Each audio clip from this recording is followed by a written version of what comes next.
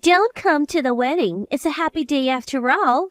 When I received that call from the bride, my mind went blank. Why would she say something so hurtful? Is it my fault? Well, if she feels that way, maybe it's best I don't attend. As a groom's mother, I felt a complicated mix of anger and self-loathing. My name is Stella, and I'm 50 years old. I'm a working mom living with my husband and son. I work part-time about 4 days a week at the local supermarket preparing daily items in the kitchen.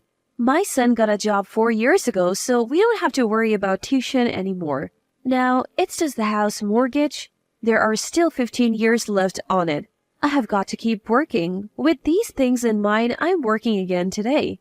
Actually, something wonderful happened yesterday. Dad, Mom, I'm getting married. My son announced this at dinner. My husband and I exchanged glances taken by surprise. Married? Really? Who is she? When did you propose? My husband bombarded our son with questions in his astonishment. Calm down, Daniel. I tried to soothe my excited husband, but I too was curious. So, who is she? She's, gentle and kind. Can I bring her over this Sunday? Sunday it is then. That's right, I need to clean the house before Sunday when my son brings his fiancée over. Maybe prepare some tea cakes and even replace the living room curtains? Lost in thought, a colleague approached me. You seem happy. Anything good happen?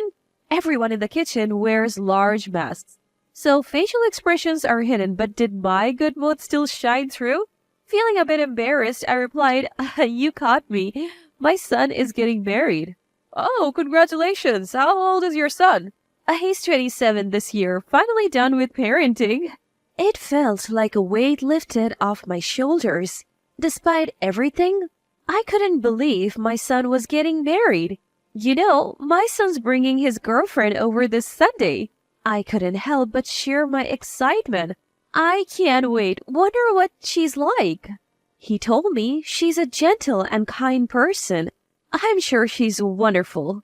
I eagerly awaited Sunday. When the day finally came, I put on a bit more makeup than usual.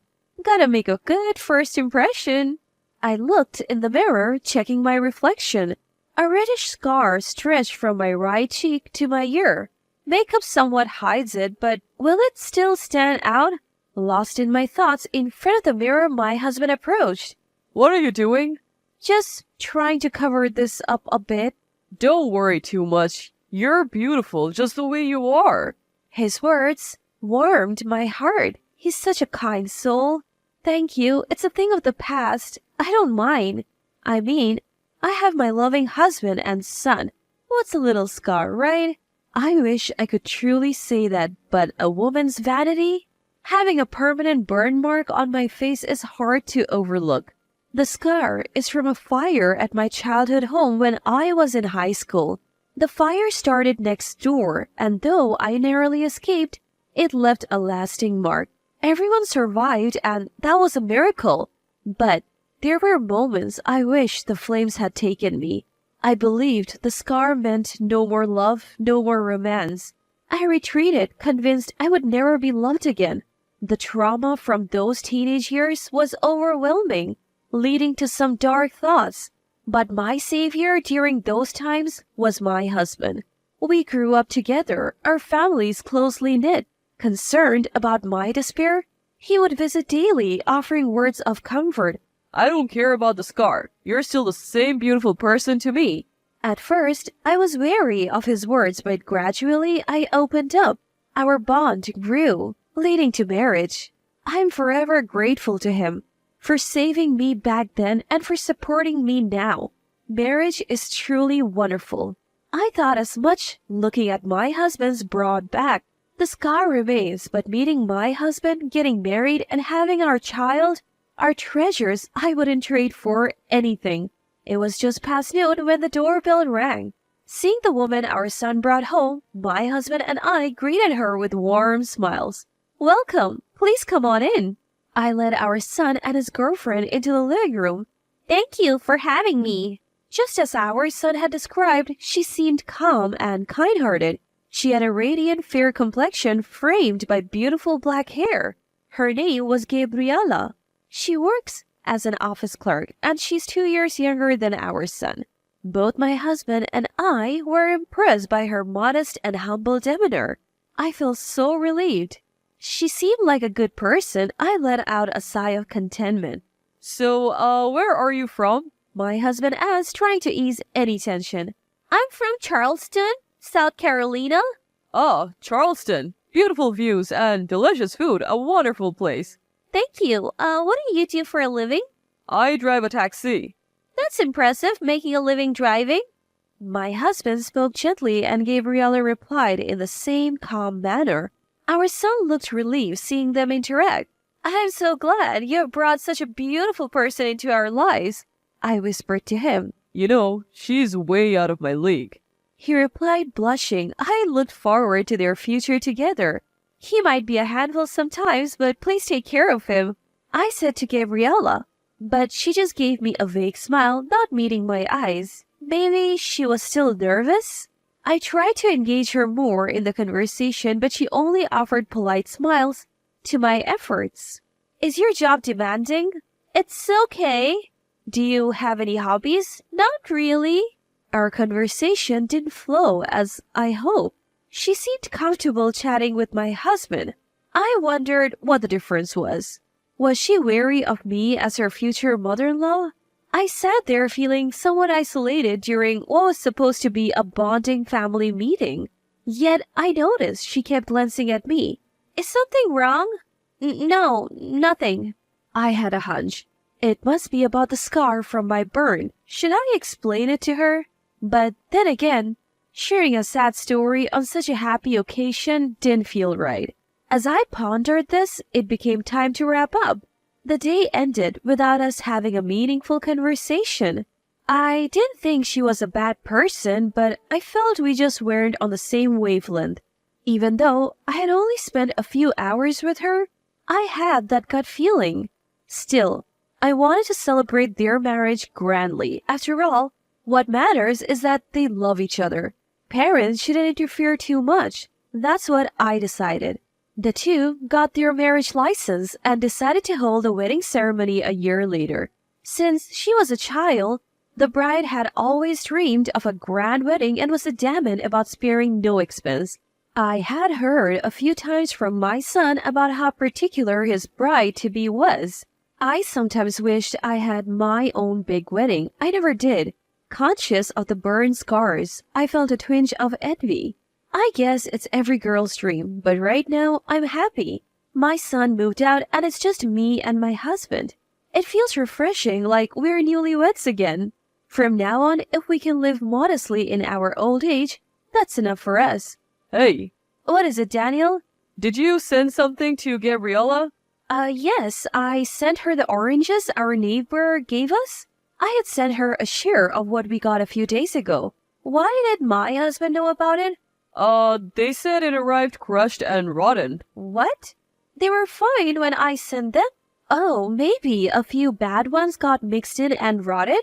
I immediately called my daughter-in-law. I am so sorry. I thought I checked them thoroughly.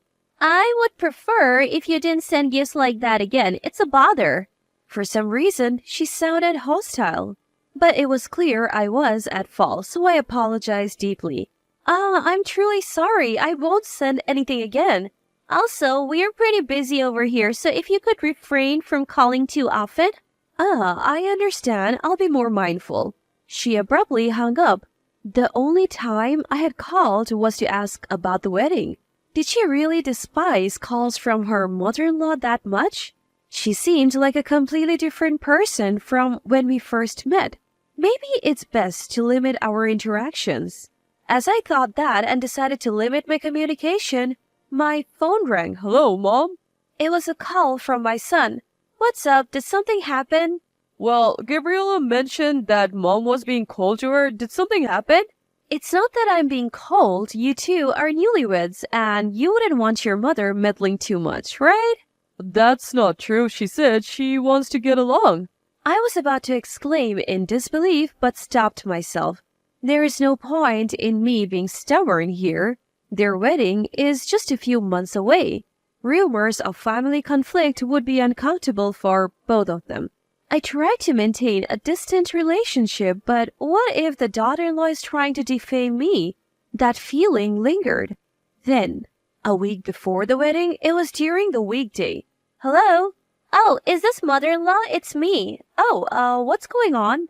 It was a rare call from the daughter-in-law.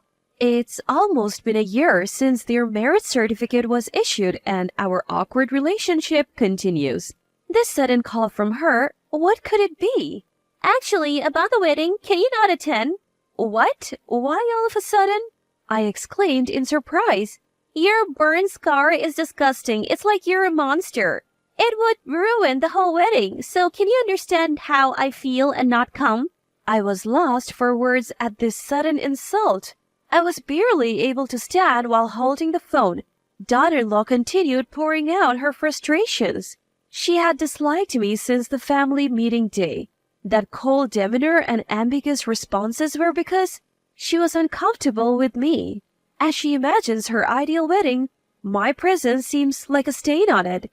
She went into great detail. You're disgusting. Why don't you voluntarily back out? How could you live looking like that? Daughter-in-law continued to coldly berate me without any remorse. She had always despised me. I should have noticed earlier and distanced myself. It's too late now.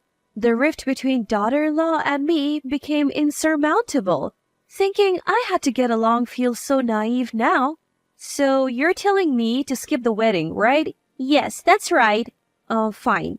Great, please don't come to the venue on the day. Just say you weren't feeling well. All right, I'll do that. With that, I hung up the phone with a click. Skip the wedding?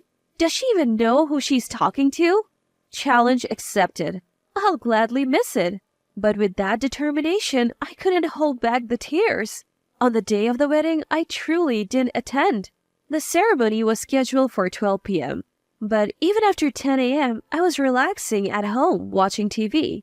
Suddenly, my cell phone rang loudly. Hello? Hello, mother-in-law? Father-in-law isn't here yet. Wasn't it just you who was supposed to miss? Well, Daniel is here at home, I said, glancing at my husband reading in the living room. Just a regular day off. What do you mean? He suddenly fell unwell. I was just about to let you know. I handed the phone to my husband. Sorry, but I can't make it today. I'm feeling off, just like my wife. Wait a minute, father-in-law, a last-minute cancellation? Listen, you treated my wife like a monster and forced her to miss. I just don't feel up to attending.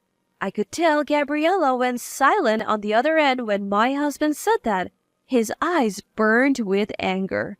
Normally, he's so calm and hardly ever shows anger. Look, that's how it is, so we won't be attending. And we didn't attend the wedding. Actually, when the daughter-in-law had called me about missing the wedding, my husband, who had just finished his night shift, had been listening in on speakerphone. He remembered every single word of that conversation. And after hanging up, seeing me in tears, he hugged me and said, I won't let you take the blame alone. I'll skip it too. We are in this together as a couple. I couldn't help but feel I made the right choice marrying him. We had informed our son in advance that we would be skipping the wedding. We explained everything and declared we would never be involved with a daughter-in-law again. The husband told him, if you still want to be with Gabriella, do your best to protect her, but I cannot forgive Gabriella for insulting my wife. We don't need any further relationship with her. Our son was deeply shocked to learn about his wife's attitude and comments towards me. He probably never imagined that his own wife could be such a person. Even if they wanted to change the wedding date, it was impossible with only a week's notice. And then came the wedding day. Our relatives were puzzled when we didn't show up. When questioned, our son spilled everything. The wedding was called off and was turned into a casual dinner gathering. Right there, our son announced his intention to divorce. Gabriella's parents, at first outraged, scolded their daughter after hearing everything from the groom. They deeply apologized to our son and offered to cover all the wedding costs. Why? This was my day. I just wanted my dream wedding. Why did this happen? I just wanted a wonderful ceremony. No, I will have my wedding. I wanted to be envied by my friends. In her wedding dress, Gabriella sobbed and screamed while the relatives watched from a distance.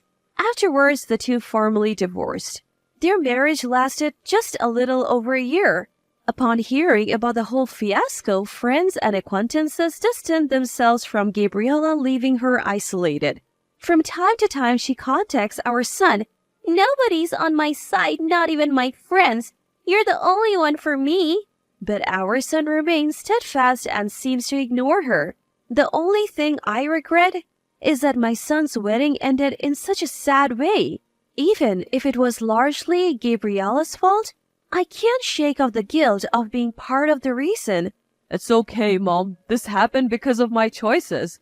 I want a relationship like you and Dad's. I want to trust and support each other. I never expected our son to say that to me. Overwhelmed with emotion, I gently stroked his head. Life is long. Even in tough times, it's okay. There was always chances for happiness in the future.